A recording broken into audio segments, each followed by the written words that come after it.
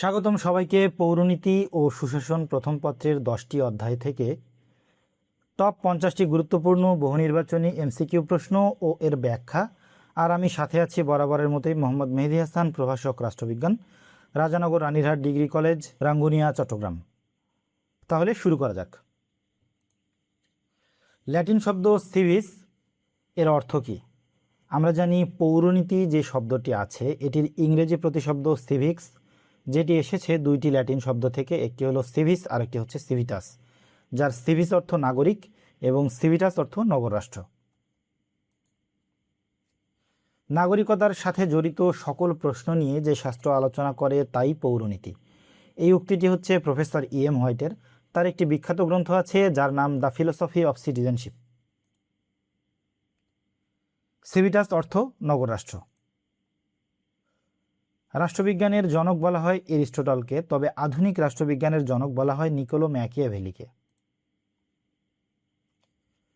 Politics গ্রন্থের লেখক হচ্ছে এরিস্টটল, আর প্লেটোর যে গ্রন্থটি আছে সেটি হচ্ছে রিপাবলিক। সক্রেটিজের কোনো লিখিত গ্রন্থ নেই।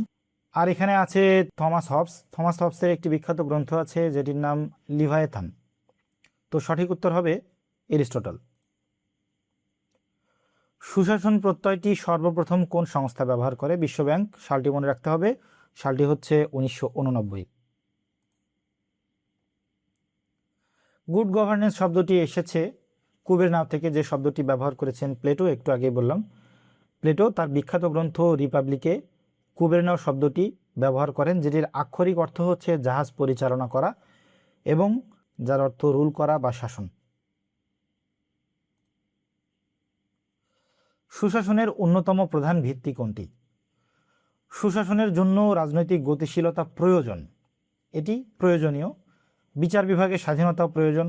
নতুন আইন কখনো কখনো তৈরির প্রয়োজন হয়, কিন্তু ভিত্তি হচ্ছে আইনের শাসন বা রুল অফ ল, আইনের অনুশাসন। জাতিসংঘ সুশাসনের জন্য 8টি সূচক প্রদান করে।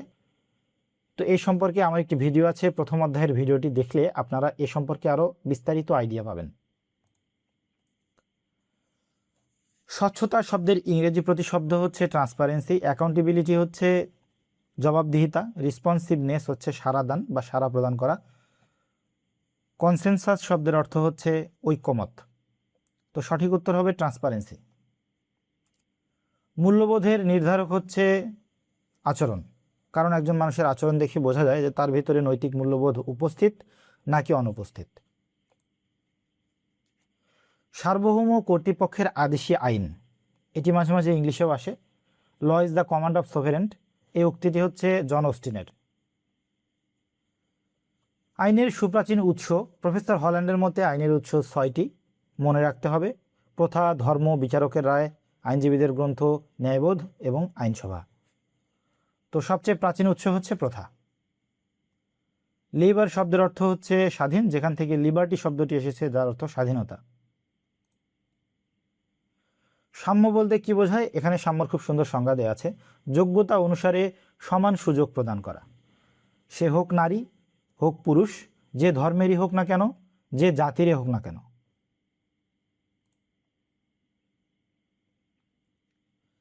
ই গভর্নেন্সের পূর্ণরূপ, এটা সবার জানার কথা, ইলেকট্রনিক গভর্নেন্স।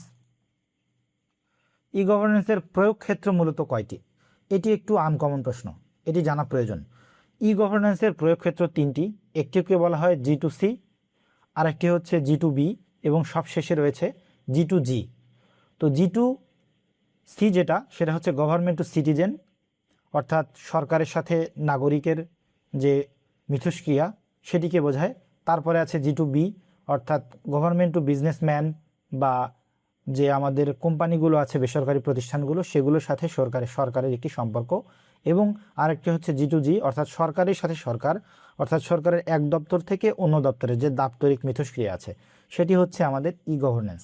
তাহলে ই গভর্নেন্সের প্রয়োগ ক্ষেত্র মূলত 3টি। ডিজিটাল বাংলাদেশ ঘোষণা করা হয় 2008 সালে। একটু আগে বললাম G2C হচ্ছে গভর্নমেন্ট টু সিটিজেন। ই গভর্নেন্সের অন্যতম বাহন হচ্ছে ইন্টারনেট। নাগরিকের ব্যক্তিত্ব বিকাশে অপরিহার্য পূর্ব শর্ত হচ্ছে অধিকার। এটি মূলত অধিকারের সংজ্ঞা, যে নাগরিকের ব্যক্তিত্ব বিকাশে যে পরিবেশটুকু প্রয়োজন, সার্কামস্ট্যান্সেস, সেটি হচ্ছে আমাদের অধিকার। কোনটি সকল অধিকারের উৎস? সকল অধিকারের উৎস হচ্ছে সংবিধান। সঠিক উত্তর হচ্ছে সংবিধান। বিশ্ব মানবাধিকার দিবস 10 ডিসেম্বর। কর্তব্য ছাড়া অধিকার নেই, অধিকার ছাড়া কর্তব্য নেই, এই বিখ্যাত উক্তিটি অধ্যাপক বার্কারের। জাতিসংঘে মানবাধিকার সনদ ঘোষিত হয় 1948 সালে। প্রতিনিধিত্বমূলক গণতন্ত্রের মূল ভিত্তি হচ্ছে রাজনৈতিক দল, কেননা আমরা মূলত একটি রাজনৈতিক দল দেখেই আমাদের প্রতিনিধি বাছাই করে নেই, আমরা মূলত রাজনৈতিক দলের পিছনে ছুটি, এটাই প্রতিনিধিত্বমূলক গণতন্ত্রের মূল ভিত্তি। শ্যাডো গভর্নমেন্ট বা ছায়া সরকার বলা হয় বিরোধী দলকে। চাপ সৃষ্টিকারী গোষ্ঠীর প্রধান উদ্দেশ্য হচ্ছে সরকারি সিদ্ধান্তকে প্রভাবিত করা। ইংরেজি লিড থেকে এসেছে লিডার শব্দটি, যার অর্থ নেতৃত্ব দেয়া বা নেতৃত্ব। তো লিড শব্দের অর্থ পথ দেখানো। সম্মোহনী নেতৃত্ব বা ক্যারিসমেটিক লিডারশিপের উদাহরণ হচ্ছে নেলসন ম্যান্ডেলা, যিনি দক্ষিণ আফ্রিকার অধিবাসী। বর্তমান বিশ্বের সবচেয়ে জনপ্রিয় শাসন ব্যবস্থা হচ্ছে গণতন্ত্র। বংশানুক্রমিক যে শাসন পদ্ধতি সেটি হচ্ছে রাজতন্ত্র। তো গণতন্ত্র হচ্ছে জনগণের শাসন। ডেমোস শব্দের অর্থ কি? ডেমোক্রেসি শব্দ থেকে এসেছে গণতন্ত্র, যেটি দুইটি অংশ, একটি হচ্ছে ডেমোস আর একটি হচ্ছে ক্রাতোস। ডেমোস অর্থ জনগণ এবং ক্রাতোস অর্থ রুল বা শাসন, তাহলে ডেমোস শব্দের অর্থ জনগণ। ক্ষমতার স্বতন্ত্রীকরণ নীতির প্রবক্তা হচ্ছে মন্টেস্কু। মন্টেস্কু হচ্ছে ফ্রান্সের একজন বিচারপতি, যিনি বলেন যে সরকারের যে তিনটি অঙ্গ আছে, আইন, শাসন, বিচার বিভাগ, এই তিন বিভাগের মধ্যে ক্ষমতা এমনভাবে বণ্টিত হবে যাতে এক বিভাগ অন্য বিভাগের কাজের উপর হস্তক্ষেপ করতে না পারে। তো মন্টেস্কুর একটি বিখ্যাত বই আছে যেটার নাম দ্য স্পিরিট অফ লস, সেটা নিয়েই পরের প্রশ্ন। দ্য স্পিরিট অফ লস গ্রন্থের লেখক হচ্ছে মন্টেস্কু।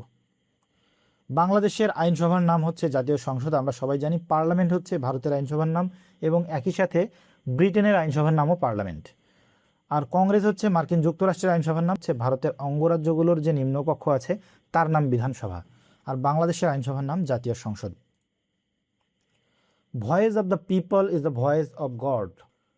এটির বাংলা হচ্ছে জনগণের কণ্ঠস্বরই ঈশ্বরের কণ্ঠস্বর।